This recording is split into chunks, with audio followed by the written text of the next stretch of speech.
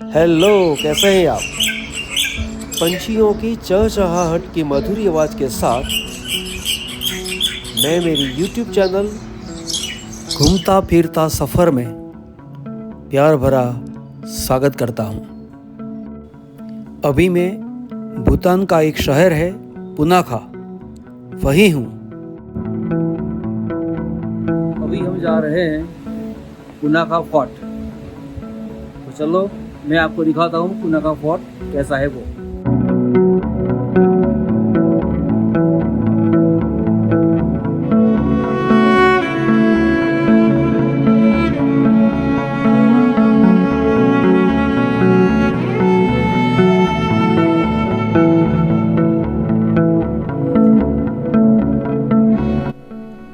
यह है फोर्ट का विशाल दरवाजा। पुनाखा फोर्ट उसका दूसरा भी एक नाम है और वो नाम है पुनाखा जोंग। पुनाखा जोंग का दूसरा भी एक अर्थ है और वो है आनंद का महल। ये राजा का महल था। आज इसमें राजा रहते नहीं हैं, लेकिन उसकी जगह बौद्ध साधु रहते हैं। ये फोर्ट में जाने के लिए हमें एक लंबे ब्रिज को पार करना पड़ता है और उसके बाद हम फोर्ट में जा सकते हैं। यही है ये लंबा ब्रिज जिनको पार करके हम जाएंगे फोर्ट के अंदर।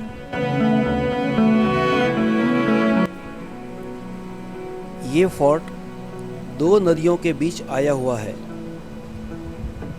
इनमें एक का नाम है फो छू, उसका मतलब है पुरुष नदी या मेल नदी, और दूसरी नदी का नाम है मो छू, मतलब कि स्त्री नदी या फीमेल नदी। ये नदी दूसरी ओर है। ये दो नदियों के बीच संगम होता है और उसके बाद उसका नाम हो जाता है संकोश रिवर, जो आखिर में ब्रह्मपुत्रा नदी में मिल जाती है।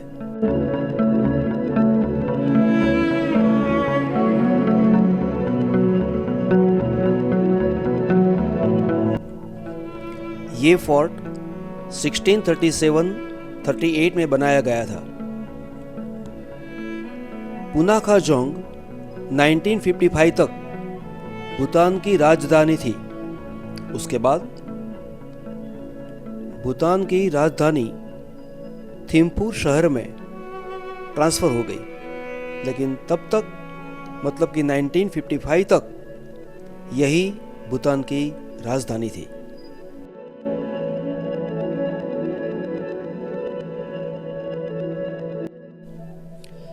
ये फोर्ट मिट्टी, पत्थर और लकड़ी में से बनाया हुआ है। बहुत ही मजबूत है और इसीलिए वो अभी तक स्थिर खड़ा है।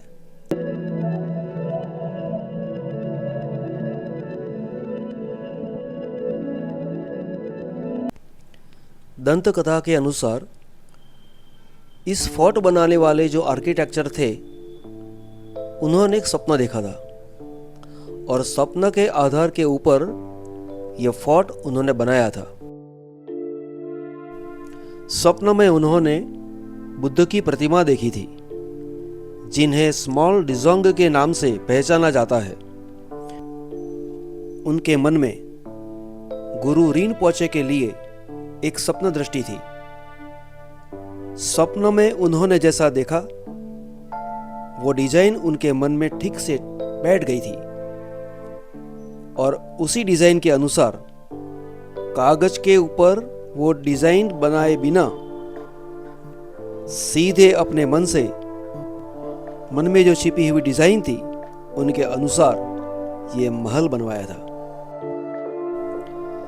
महल में जाने के लिए 3 सीढ़ियां हैं। उसमें जो बीच वाली सीढ़ी है उनमें आम लोग जा सकते नहीं हैं। यहाँ के जो खास व्यक्ति होते हैं उन्हीं के लिए वो सीढ़ी होती है और किसी के लिए नहीं।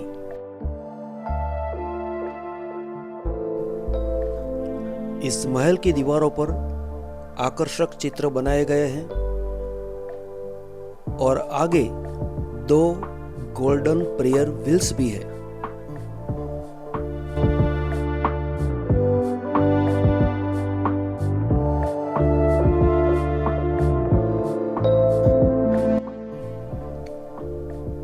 जब हम महल में दाखिल होते हैं तो दोनों ओर बुद्ध के आदेशों के ऊपर आधारित भित्ति चित्र देखने को मिलते हैं और उस चित्रों के द्वारा हमें ज्ञान दिया जाता है कर्म के सिद्धांत का। कौन से कर्म से क्या होता है, अपना जीवन शुद्ध न जीने से क्या दुख आते हैं, इस बात को समझाने के लिए चित्र बनाए गए हैं और चित्र के द्वारा हमें उपदेश दिया जाता है।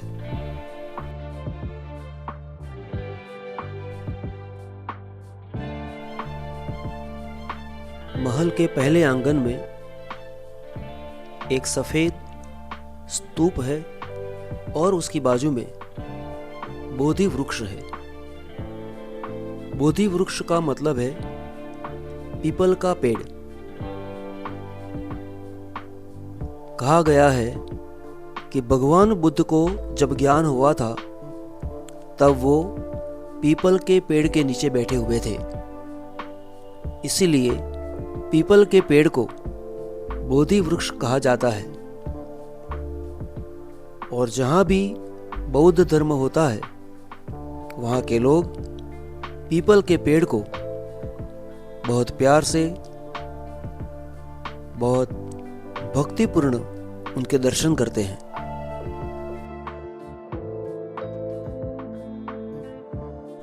सामने दिखने वाला बिल्डिंग 4 मंजिला है और उसके आजू बाजू 2 मंजिला बिल्डिंग है। बिल्डिंग के हर खंभे के ऊपर, हर गैलरी के अंदर बहुत ही सुंदर डिजाइन से चित्रकाम किया गया हुआ है। उसके कलर बहुत ही आकर्षक है।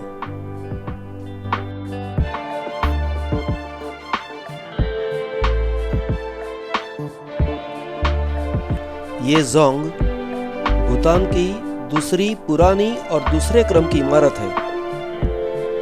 यहां आओ तो मालूम पड़े कि उसकी भव्यता क्या है। यहां आते ही मैं सोचता रह गया कि जब राजा यहां होंगे तब उसकी रौनक कैसी होगी। हम प्रवासी यहां किसी भी रूम के अंदर जा नहीं सकते हैं, इसलिए अंदर क्या है वो हम जान सकते नहीं हैं। उसकी सुंदरता कैसी है वो भी हमें मालूम नहीं है। बस देखते रह जाओ, ऐसी उसकी सुंदरता है। और आप भी तो उसको देखते होंगे, आपको भी लगता होगा कि महल कितना सुंदर। बाईं ओर पत्थरों का छोटा सा एक समूह है और उस समूह को नाग की रानियों को समर्पित किया गया हुआ है।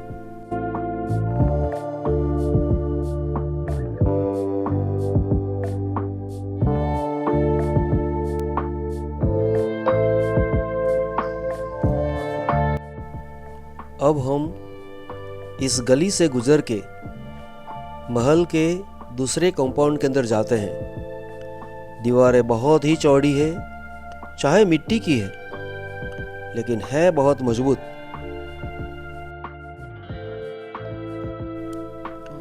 इसकी डिजाइन तो देखो, कितना सुंदर महल है। देखते रह जाओगे अगर यहां आओगे तो।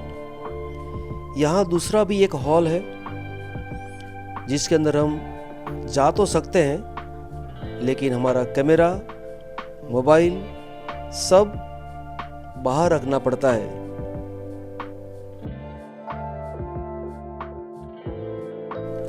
क्योंकि फोटोग्राफी की अंदर मनाही है।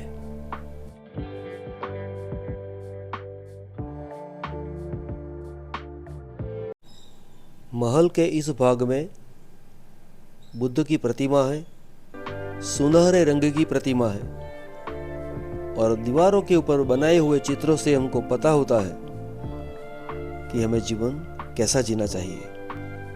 तो ये था पुनाखा फोर्ट। आपने ये वीडियो देखने के लिए आपका कीमती समय निकाला, इसलिए आप सभी का आभार, धन्यवाद।